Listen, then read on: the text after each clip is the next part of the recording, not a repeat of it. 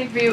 Which White House official made the decision to bar the AP reporter from the Oval Office and the diplomatic reception room last night? Well, first of all, let me just set the record straight. It is a privilege to cover this White House. It's a privilege to be the White House press secretary. Nobody has the right to go into the Oval Office and ask the President of the United States questions. That's an invitation that is given. And there are hundreds of outlets on this campus, many of you in this room who don't have the privilege of being part of that pool every single day and getting to ask the President questions. We reserve the right to decide who gets to go into the Oval Office. You all have credentials to be here, including the Associated Press, who is in this briefing room today. But isn't it retaliatory in nature is the argument, because the reason that the AP was barred, which they said was because they're not using the phrase Gulf of America, they're using Gulf of Mexico in line with their standards.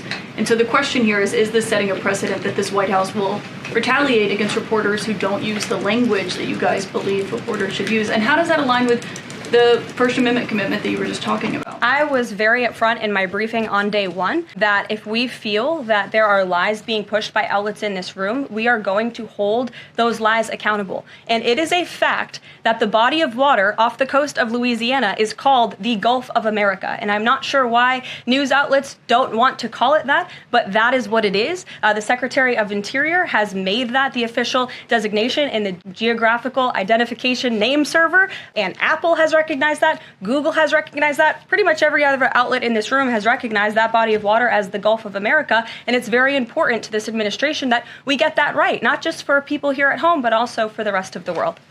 So here in our new media seat today, we have Chris Pavlovski, an entrepreneur who has a strong passion for protecting freedom of speech.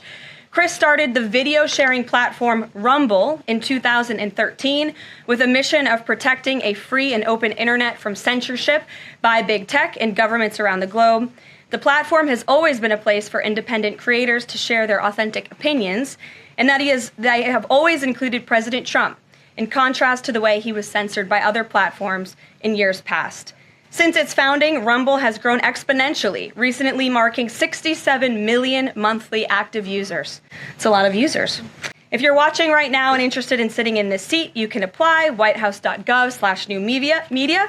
With that, I will take your questions. And Chris, why don't you kick us off on this very busy news day? Carolyn, thank you very much to you and President Trump. It's an honor to be sitting here in the new media seat for the White House press briefing and to be able to demonstrate why freedom of expression is so important. Rumble was the victim of censorship at the hands of multiple foreign governments. It's clear there are still many countries who oppose free speech and even target American companies. Can you describe what the administration will do to protect U.S. interests and values worldwide? Sure. Well, thanks for the very important question. And I think that free speech and ending censorship, both here at home and also abroad, is an important part of President Trump's agenda. I think first, President Trump has led by example on this front as the leader of the free world, the president of the United States, with his show of access and transparency on a daily basis. The president takes questions from all of you almost every single day and really reveals what he's thinking and feeling, and I think that serves as a great example to the rest of the world. As for tangible actions that the president has signed, he did sign an executive order, I believe on day one, certainly within the first week of this administration, to restore free speech and stop government-sponsored censorship here at home. And the EO made it very clear that federal employees are not allowed to engage in any activity that would infringe upon the American people's right of free expression. So I think the president has led quite strongly on this.